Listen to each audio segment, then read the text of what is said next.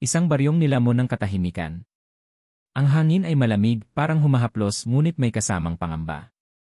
Malayo ang alingawngaw ng mga kuliglig, pero natatabunan ng isang tila hindi pantay na tunog, isang kampanang yari sa tanso na dahan-dahang umuugong mula sa simbahan. Hindi ito kampana ng misa. Ito ay kampana ng babala.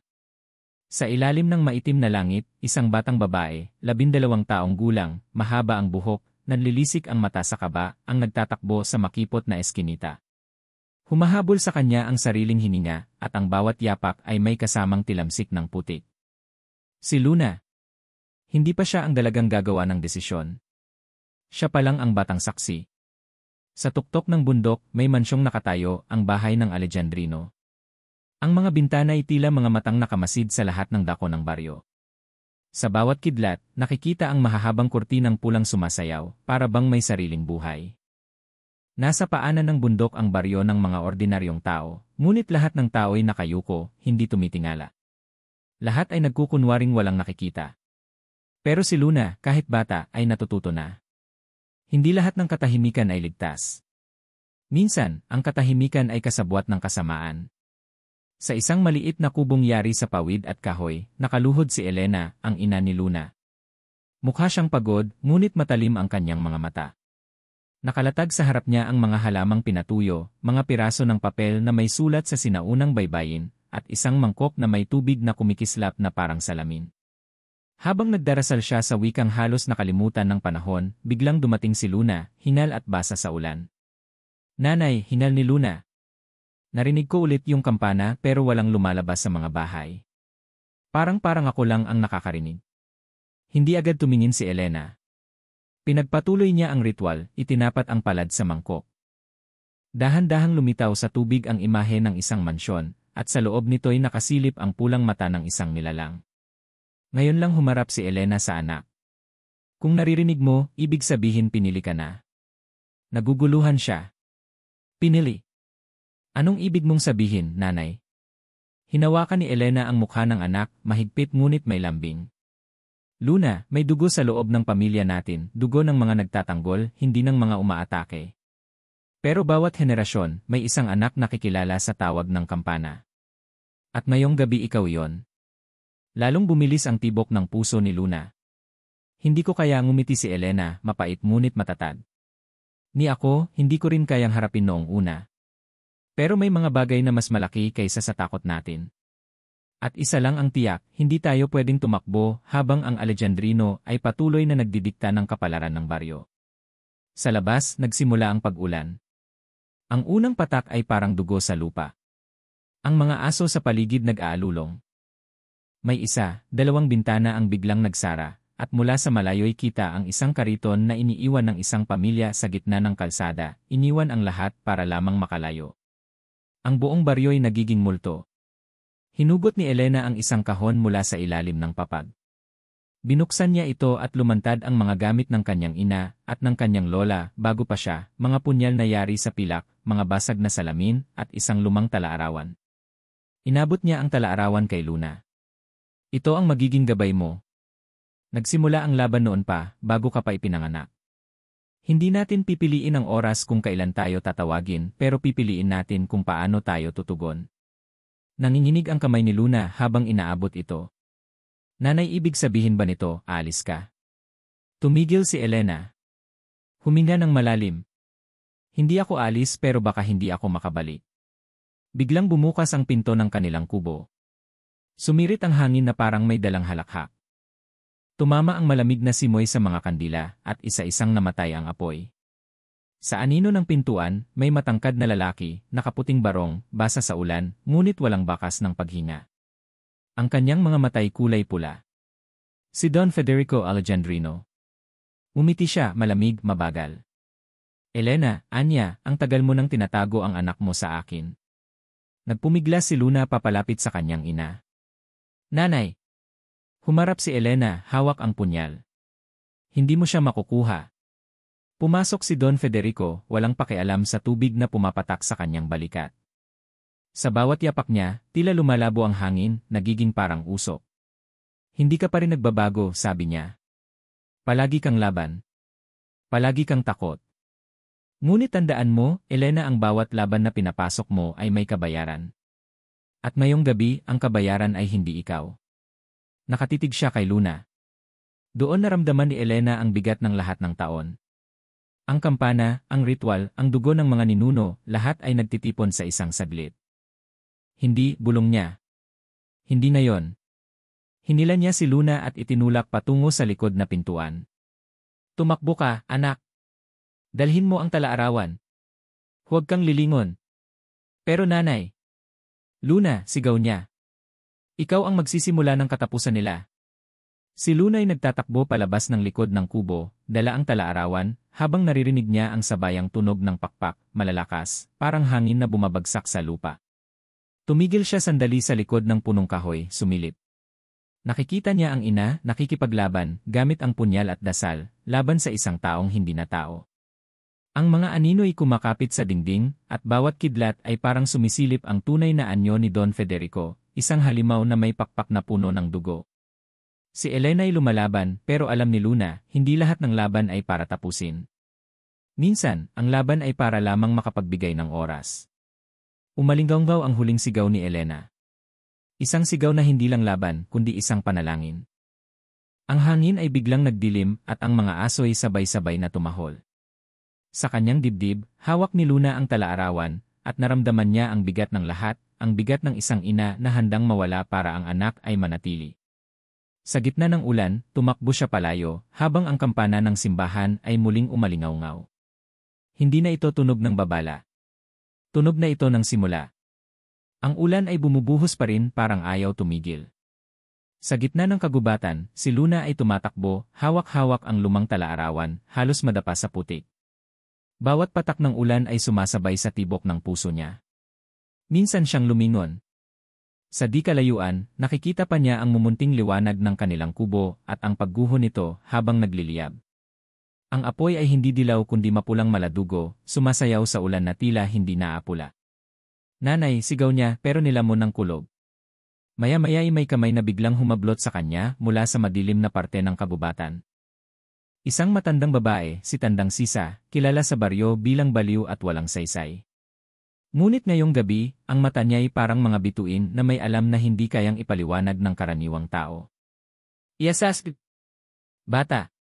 Dito ka, bulong nito. Hinila niya si Luna papasok sa maliit na lungga sa ilalim ng ugat ng punong kahoy. Nag-aatubili si Luna, nanginginig, pero naramdaman niyang wala na siyang ibang mapagpipilian. Habang dahan-dahang lumalayo ang mga yabag ng humahabol, naramdaman niya ang mainit na palad ng matanda sa kanyang balikat. Alam kong darating ang gabing ito, bulong ni Sisa.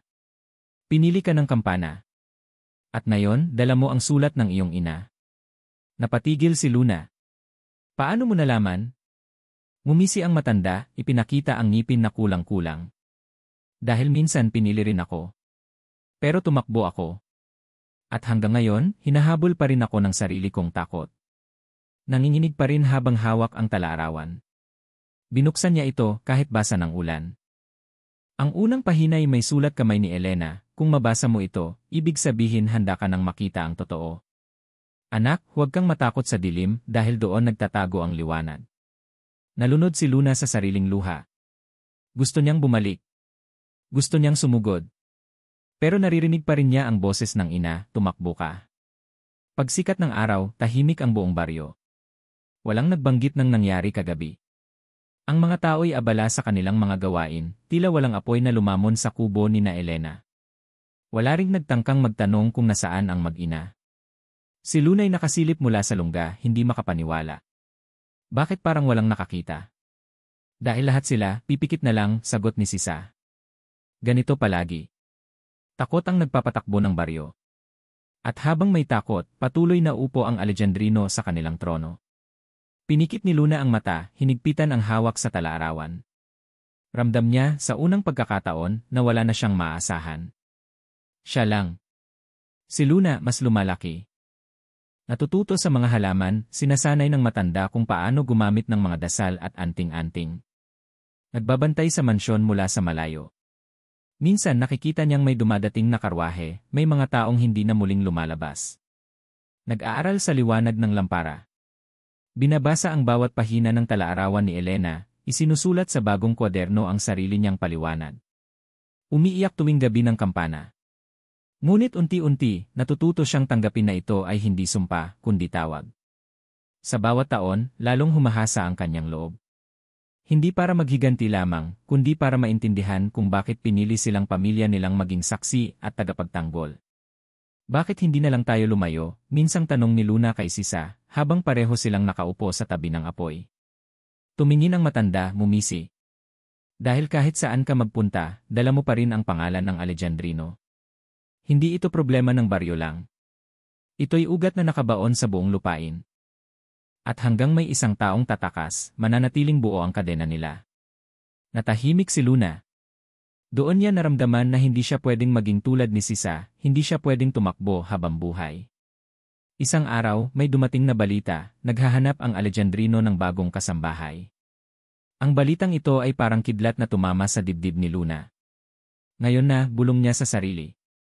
Sigurado ka ba? Tanong ni Sisa. Kung papasok ka roon, baka hindi ka na makalabas. Tumingin si Luna sa mansyon mula sa malayo. Sa kanyang mga mata, hindi ito basta bahay, ito'y pugad ng lahat ng kasinungalingan, lahat ng dugo, lahat ng sigaw na hindi naririnig. Kung doon sila pumatay ng nanay ko, mahina niyang sagot, doon ko rin sisimulan ang pagtatapos nila. Dumating si Luna, hindi na bata kundi isang dalagang marunong magtago ng damdamin. Nakasuot siya ng simpleng damit, nagkunwaring mahiyain at masunurin. Sinalubong siya ni Doña Emma, ang ginang ng mansyon. Matapang ang tindig, malamig ang ngiti. Ikaw ang bagong kasambahay. Mukhang bata pa. Marunong ka bang magtrabaho? Tumango si Luna. Opo, Doña. Napansin niya ang mata ni Doña Emma, mata na parang laging gising, parang laging nakamasid. Kung ganon, simulan mo sa kusina, utos nito. Dito sa mansyon, ang trabaho'y walang tanong, walang sagot. Basta gawin mo. Habang naghuhugas si Luna ng pinggan, napansin niya ang isang lalaking dumaan. Malaki ang pangangatawan, ngunit may maamong mata. Si Alfred, anak ni na Doña Emma at Don Federico. Sandali silang nagtagpo ng tingin. Hindi nagsalita si Alfred, pero parang may kilala sa kanyang mga mata. Parang nakikita niya hindi lang ang mukha kundi ang bigat ng sikretong dinadala. Napalunok si Luna. Agad niyang ibinalik ang tingin sa kanyang ginagawa, pero ramdam niya na nagsimula ng gumalaw ang tali ng kapalaran. Samantala, sa malayo, nag-iisa si Tandang Sisa, nakatitig sa buwan. May bulong siyang dasal na hindi alam ni Luna, kung tatahakin mo ang daan ng iyong ina, sana'y piliin mo ang hindi ko pinili, ang tapusin ito, hindi ang takbuhan. Sa loob ng mansyon, habang nag-aayos si Luna ng mesa, naramdaman niya ang kakaibang lamig. Napansin niyang ang isa sa mga larawan sa dingding, pamilyang Alejandrino, ay nakatingin sa kanya. Ang mata ng lalaking nasa gitna ng larawan, pulang-pula, at parang sumusunod sa bawat galaw niya. Napakapit siya sa talaarawan na nakatago sa bulsa ng kanyang damit. Hindi na siya bata. Hindi na siya saksi. Ngayon, siya ang manlalaro sa mismong loob ng pugad. Unang linggo ni Luna sa mansyon. Tahimik siya, masipag at walang tanong. Ngunit sa bawat sulok na nililinis niya, may nararamdaman siyang malamig na presensya. Ang mansyon ay parang isang katawan, may mga ugat sa sahig, may mga matang nakatago sa mga larawan, at may hiningang hindi nakikita ngunit dinaramdam sa balat. Sa unang tingin, ordinaryo lang, si Doña Emma mahigpit at mapanlait, si Don Federico madalang makita, at si Alfred laging malayo ang tingin. Pero sa gabi, kapag ang lahat ay nakahimlay, nag-iba ang lahat. Isang gabi, habang nagliligpit siya ng mga baso sa kusina, narinig niya ang mahina at pamilyar na tunog. Kampana. Napatigil si Luna, halos mabitawan ang baso. Hindi ito nanggagaling sa simbahan, hindi rin sa labas. Ang tunog ay nanggaling mula sa mismong loob ng mansyon. Dahan-dahan siyang naglakad, dala ang lampara. Ang tunog ay umuugong mula sa ilalim ng sahig. Sa bawat yapak, parang may humihigop sa kanyang paa. Hanggang sa marating niya ang isang pintuang bakal sa tabi ng bodega, sarado, may tatak ng sinaunang simbolo. Sa loob, may hagdang pababa. Amoy lupa at dugo. Nakita niya ang isang silid na puno ng kandila, at sa gitna nito'y may mesa. Sa ibabaw ng mesa, mga gamit na hindi para sa hapagkainan, kundi para sa ritual. May mga larawan ng mga nawawalang taga-baryo, nakapako sa kahoy. May basang tela ng dugo. At sa dulo ng silid, isang kampanang maliit, yari sa pilak. Ito ang pinagmumulan ng tunog. Ngunit bago pa niya ito masilip ng maigi, isang boses ang nagmula sa dilim. Hindi ka dapat nandito. Si Alfred, nakatayo sa anino. Walang dalang ilaw, pero parang alam niya ang bawat sulok ng dilim. Napatigil si Luna, kumakabog ang dibdib. Ako'y naligaw lang. Lumapit si Alfred, mabagal, ang mga mata hindi maipaliwanag. Alam kong hindi totoo yan. Wala kang naliligaw sa mansyong ito. Kung nasaan ka, doon ka dapat. At kung nakita mo na wala ng atrasan. Napatras si Luna, pero hindi siya tinangka ni Alfred. Sa halip, huminto ito sa mesa, tumingin sa mga larawan. Sila ang mga naglaho, hindi ba? Mga taong akala ng lahat ay lumayo. Pero hindi narito sila. Napakagat si Luna sa labi. Bakit mo ipinapakita sa akin ito? Tumingin si Alfred, diretsyo sa kanyang mga mata. Dahil kailangan mong malaman na hindi ako tulad nila. Sa unang pagkakataon, nakita niya ang sakit sa mga mata ni Alfred, hindi malamig na pulang apoy, kundi sugat na matagal nang tinatago. Ang dugo ng Alejandrino ay sumpa, sabi niya. At bahagi ako nito. Ngunit hindi ako pumipili ng buhay na ito. Bawat gabi, pinapipili nila ako, lumamon o lamunin. Hindi mo alam kung anong ibig sabihin ng mabuhay sa pagitan ng dalawang anyo.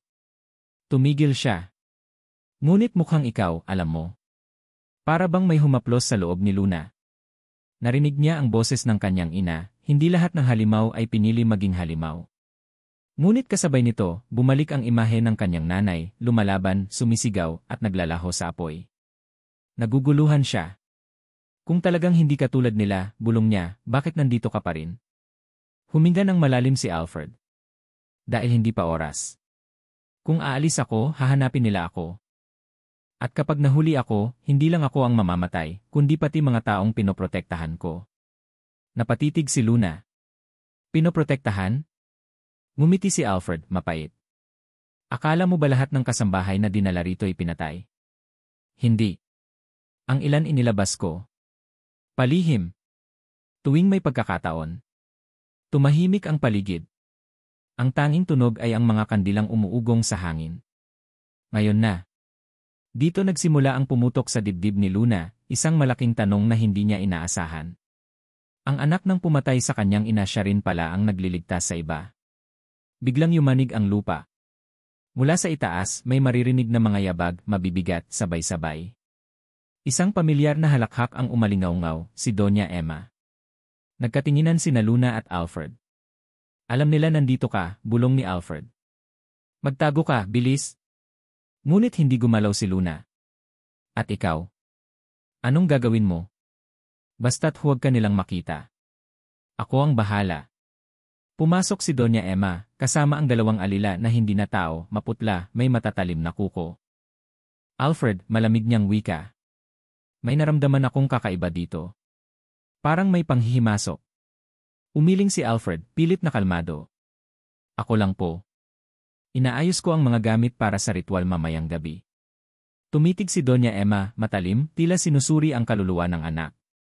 Siguraduhin mo. Dahil kapag nalaman kong may ibang nakapasok dito alam mo ang kaparusahan. Si Luna, nakatago sa likod ng mesa, pinipigil ang hininga. Ramdam niya ang malamig na hangin na dala ni Doña Emma. Ramdam niya ring tumitigil ang oras. Maya-maya, lumabas din si Doña Emma, iniwan ang banta. Huminga ng malalim si Luna, halos mahulog sa kaba. Lumapit si Alfred, seryoso. Ngayon alam mo na kung gaano kalalim ang hukay na pinasok mo. Kung mananatili ka rito, wala nang ligtas na paraan palabas. Hindi ako alis, sagot ni Luna, nanginginig pero matatag. Hindi ako tumakas noon at hindi ako tatakas ngayon. Kailangan kong tapusin ito. Tumingin si Alfred, tila nabigla. Tapusin? O ipaghiganti? Sa mga mata ni Luna, naghalo ang takot, galit, at pagdududa. Hindi na siya sigurado kung alin ang mas matimbang, ang alaala ng ina o ang bagong katotohanang hawak niya ngayon. Ngunit isang bagay ang malinaw, hindi na siya simpleng kasambahay. Hindi na rin siya simpleng anak. Ngayon, siya ay nasa gitna ng dalawang daigdig at anumang desisyon ang gawin niya, may buhay na nakataya. Sa mesa ng ritual, may isang larawan na bumagsak, larawan ng kanyang ina, si Elena, nakapako kasama ng iba. Napatitig si Luna. Ang kanyang mga kamay nanginginig ngunit hindi na sa takot. Sa unang pagkakataon, naramdaman niya ang galit na hindi niya kayang pigilin. At sa ilalim ng lampara, sa gitna ng mga kandila, nakita ni Alfred ang ekspresyon niya. Hindi ito mukha ng isang takas. Ito ang mukha ng isang mandirigma. Lumipas ang mga araw, at si Luna ay patuloy na gumaganap bilang tahimik na kasambahay. Ngunit sa kanyang puso, bawat oras ay parang nakasabit sa lubid, alam niyang anumang sandali, maaari siyang madiskobre. Lalo na ngayon na nakita na niya ang silong ng mga ritual. Hindi na siya inosenteng nakikisama. Isa na siyang bantay sa loob ng pugad. Nagbabalat ng gulay si Luna nang biglang dumating si Doña Emma. Ang kanyang presensya ay malamig at ang mga mata ay tila palaging may hinahanap. Bagong kasambahay, malumanay ngunit matalim ang boses. Ano nga uli ang pangalan mo? Luna po. Luna. Tumigil si Doña Emma, umiti ng malamig. Maganda ang pangalan. Ang buwan laging nandyan pero nakatago rin minsan. May mga gabi na maliwanag, may mga gabi na nawawala. Napatigil si Luna, pinilit manatiling kalmado. Opo, Donya. Ngumiti ang ginang. Huwag mong hayaang mawala ka rin. Sa mansyong ito, ang mga nawawala hindi na bumabalik. Nagtagal ang titig ng ginang bago ito lumabas ng kusina. Naiwan si Luna na nanginginig ang kamay, halos madurog ang kutsilyong hawak. Muling bumaba si Luna nang walang nakakakita. Doon, sa mesa ng ritual, muli niyang nakita ang mga larawang nakapako. Isa-isa niyang tinanggal at tiningnan. Hanggang sa makita niya ang isang larawan na hindi niya inasahan. Sariling larawan niya. Mas bata, galing sa kanyang pagkabata, nakuhanan sa mismong baryo. May petsa sa ilalim, ang mismong gabi ng pagkawala ng kanyang ina. Napatigil siya. Parang may kumalabog sa kanyang dibdib. Paano nila nakuha ito? Mula sa dilim, isang boses ang sumagot. Matagal ka nang nakalaan sa kanila. Si Alfred na naman, ngunit iba ang titig. Hindi siya malamig, ngunit halatang pinipigilan ang sariling emosyon. Hindi ako dapat nagpapakita sa iyo ngayon, sabi niya. Ngunit kailangan mong malaman matagal ka nang nasa listahan nila. Noon pa man, alam na nilang babalik ka. Umangat ang galit sa dibdib ni Luna. Alam mo at wala kang ginawa. Hindi iyon ganoon kasimple, sagot ni Alfred. Kung nagsalita ako noon, mas maaga ka lang nilang nakuha. Ako ang dahilan kung bakit ka nakapasok dito ng buhay pa. Araw-araw, tinatakpan ko ang bakas mo. Ngunit hindi mapigil ni Luna ang kirot. Kung ganon nilalaro mo rin ako. Tulad ng lahat ng Alejandrino. Lumapit si Alfred, desperado. Luna, nakikita mo ba? Lahat ng ito hindi ko ginusto. Hindi ako pumili ng dugong ito. At ikaw ang unang nagpapaalala sa akin na hindi pa ako lubusang halimaw. Nag-init ang luha ni Luna. Hindi mo naintindihan. Ang nanay ko sinunog nila, pinunit nila. Araw-araw naririnig ko pa rin ang sigaw niya. At ikaw anak ka nang pumatay sa kanya. Nanahimik si Alfred. Sa unang pagkakataon, nakita ni Luna ang bigat ng kanyang katahimikan. Para bang hindi siya makapagsalita dahil alam niyang totoo. Muling umalinggaw ang kampana, ngunit ngayon hindi malamyos. Malakas, mabigat, parang nagbabadya ng sakuna. Nagkatinginan silang dalawa. Oras na, bulong ni Alfred. May ritual ngayong gabi. At ikaw hindi ka pwedeng manatiling nakatago.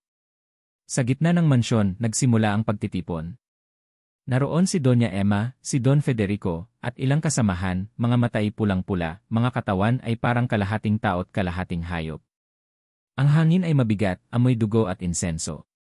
Inilabas nila ang kampanang pilak, inilagay sa gitna ng sahig. May bilog na nakaukit sa lupa, may mga simbolong kumikislap. Ngayong gabi, wika ni Doña Emma, ang dugo ng tagapagmana ay magbubukas ng bagong lakas para sa ating angkan. Lumapit si Luna mula sa gilid, pinilit itago ang takot. Ngunit sa kanyang dibdib, sumisigaw ang talaarawan ng kanyang ina, parang may sariling tibok. Biglang lumapit si Don Federico, dala ang isang lumang papel. Binasa niya ng malakas, isang bata mula sa dugong tagapagtanggol ang magiging susi. Ang kanyang puso ang magpapanibago ng ating lakas. Napatingin si Luna. Unti-unti niyang naunawaan, hindi lang basta siya napili. Siya ang mismong susi ng ritual. Luna, bulong ni Alfred mula sa likod. Alam ko na. Ikaw ang hinahanap nila. Kung ganon, sagot niya, pabulong, nanginginig, lahat ng ito plano na nila. Tumango si Alfred, desperado. At kung hindi tayo kikilos ngayon, mamamatay ka rito, o mas masahol, magiging isa ka sa kanila. Nagsimula ang ritual. Nag-chant si Doña Emma, ang boses niya'y mabigat, parang nagmumula sa ilalim ng lupa. Ang mga mata ng lahat ay namula, at ang kampanay nagsimulang mag-ugong mag-isa. Nasa gitna si Luna, nakaharap sa kanila. Hindi na siya makapagtago. Nararamdaman niya ang tibok ng puso niya na parang duduguin. Ang boses ng inay bumalik sa kanyang isipan, huwag kang lilingon. Ikaw ang magsisimula ng katapusan nila. Pero ngayon, kailangan niyang pumili. Papatayin ba niya ang lahat at isugal ang sarili niyang kaluluwa? O pakikinggan ba niya ang tinig ni Alfred na nagsasabing may ibang paraan? Alfred, Luna, huwag mong hayaan na sila ang pumili para sa'yo. Ikaw lang ang makakapili ng magiging kapalaran mo. Luna, at kung ang kapalaran ko ay mamatay para lang tapusin sila.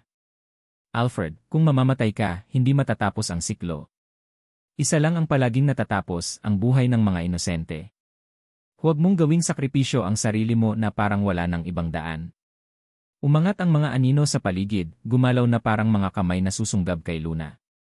Ang kampanay lumakas ng lumakas, at ang sahig ay nagbibitak. Tumingin si Doña Emma kay Luna, ngiting demonyo. Huwag kang matakot, bata. Babalik ka rin sa tunay mong pinagmulan.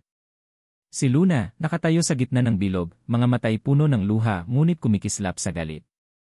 Sa kanyang kamay, hawak niya ang punyal na iniwan ng kanyang ina. Sa kanyang harap, naroon ang Alejandrino, handang sipsipin ang kanyang dugo. Sa kanyang likod, naroon si Alfred, handang tumulong ngunit may sariling anino ng pagtataksil. At sa kanyang dibdib, naroon ang bigat ng lahat, ang alaala ng ina, ang sumpa ng dugo, at ang tanong na hindi pa masagot, paano matatapos ang lahat nang hindi siya mismo ang magiging halimaw. Nasa gitna si Luna, nakapaloob sa bilog ng mga simbolo. Ang apoy ng mga kandilay sumasayaw ng parang may sariling isip, at ang kampanay hindi na humihinto sa pag-ugong. Ang tunog ay parang pumapasok sa buto, umaalingaw-ngaw sa utak. Sa paligid niya, nakapila ang mga Alejandrino, matay pulang-pula, bibig ay puno ng halakhak na malamig at walang kaluluwa. Si Doña Emma ay nakatayo sa harap, nakataas ang dalawang kamay. Ngayong gabi, sisilang ang bagong lakas. Sa dugo ng tagapagmana, babalik ang ating kapangyarihan. Tumawa siya, malalim, parang kumakain ng mismong hangin. Nanginginig si Luna, hawak ang punyal ng kanyang ina. Sa kanyang dibdib, dumadagundong ang dalawang tinig, ang boses ni Elena, tapusin mo na. Huwag mong hayaang mabuhay pa sila. Ang boses ni Alfred, huwag mong hayaang sila ang pumili para sa'yo. Sa isang iglap, naramdaman niya ang bigat ng dalawang mundo, dugo ng ina, at dugo ng kaaway. Biglang sumabog ang sahig, at mula sa ilalim ay may umakyat na usok na kulay itim. Ang mga mata ng mga Alejandrino'y nagliwanag ng husto. Simulan, sigaw ni Doña Emma. Lumapit ang dalawang nilalang, hinawakan si Luna sa magkabilang braso. Ngunit bago nila maitulak siya sa gitna ng bilog, biglang sumugod si Alfred, tinulak ang isa at sinaksak ng bakal na pako ang isa pa. Takbo, Luna, sigaw niya. Ngunit hindi siya tumakbo. Sa halip, itinaas niya ang punyal. Ang bilog ng apoy ay biglang kumislap, parang tinutugon ang dugo sa kanyang ugat. Sa isang iglap, hindi na mansyon ang nakikita ni Luna, kundi alaala ng kanyang ina. Si Elena, nakikipaglaban sa gitna ng ulan. Ang apoy na lumamon sa kanilang kubo. Ang huling yakap at sigaw, ikaw ang magsisimula ng katapusan nila. Nangibabaw ang tinig ni Elena, kung dugo ang hinihingi nila, ibigay mo, ngunit sa paraan na ikaw ang pipili. Sumigaw si Luna, parang pinunit ang kanyang lalamunan. Hindi ako magiging sakripisyo niyo. Itinarak niya ang punyal, hindi sa sarili, hindi rin sa Alejandrino, kundi sa mismong kampana sa gitna ng bilog. Pumutok ang kampana, at ang buong bulwagan ay nabalot ng nakabibinging ugong. Ang apoy ng mga kandilay sumabog, at ang mga Alejandrino'y nagsisigaw habang ang kanilang balat ay nagsimulang magbitak, parang natutunaw. Si Doña Emma'y napasigaw ng galit. Hangal na bata. Hindi mo alam ang ginawa mo, pinakawalan mo ang sumpa. Mula sa bitak ng sahig, umakyat ang itim na usok at naging anyong halimaw, hindi tao, hindi rin hayop, kundi isang aninong may libong mukha. Mga mukha ng lahat ng biktimang pinatay ng Alejandrino, sumisigaw, umiiyak, humihingi ng hustisya. Napaluhod si Luna. Ang bigat ng sigaw ay parang pumipilas ng kanyang kaluluwa. Lumapit si Alfred, hinawakan siya, at ibinulong, Luna, ito na ang huling pagkakataon. Ang sumpay lalamon sa lahat, maliban kung may isa sa ating mag-aalay ng dugo para ikulong itong muli. Nagulat si Luna. Hindi. Hindi kita hahayaan, ngumiti si Alfred, mapait ngunit payapa. Ako na. Ako na ang magtatapos ng kasalanan ng pamilya ko. Bago siya makapigil, itinarak ni Alfred ang sariling palad sa putol na piraso ng kampana. Ang dugo'y kumalat, at ang mga mukha ng usok ay sumugod sa kanya, nilamon siya ng buo. Si Doña Emma, nagwawala, sumisigaw, at sa huli nilamon din ng usok. Ang mga alila, nagsipaghiyawan bago gumuho at naging abo. Ang mansyon, yumanig, unti-unting bumabagsak, parang nilalamon ng sariling kasalanan. Naiwan si Luna, nanginginig, umiiyak habang pinapanood si Alfred na nilalamon ng mga anino. Sa huling sandali, tumingin ito sa kanya, ngumingiti, kahit unti-unti nang nagiging abo. Pumili ka ng sarili mong daan, Luna. At tuluyan siyang naglaho. Ang kampanay bumagsak sa lupa, nabasag sa huling pagkakataon.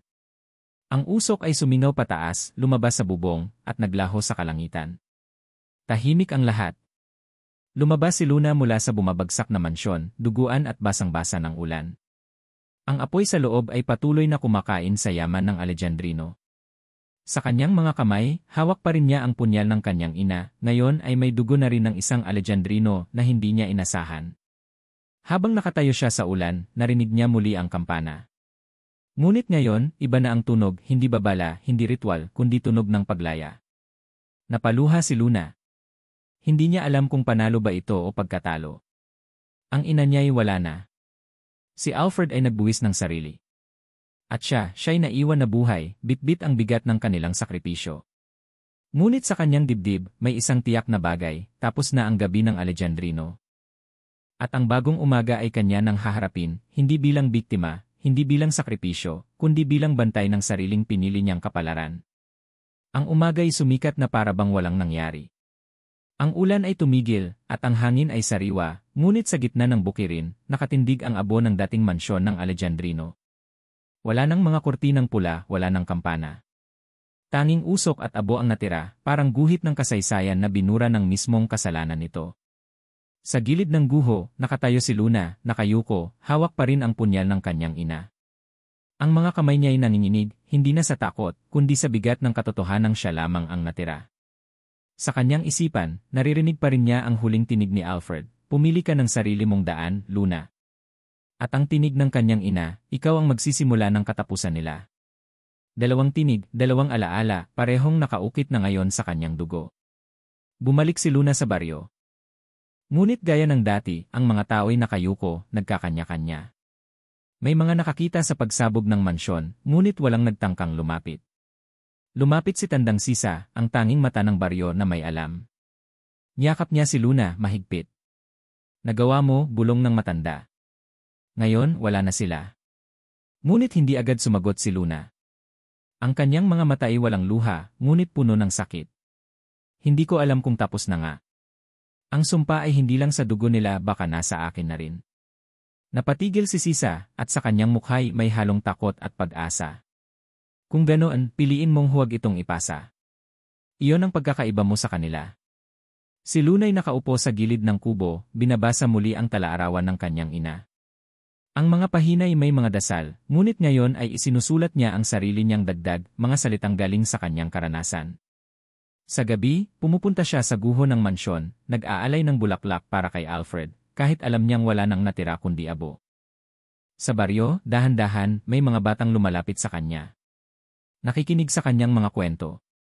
Natututo sa mga halamang itinuro ng kanyang ina.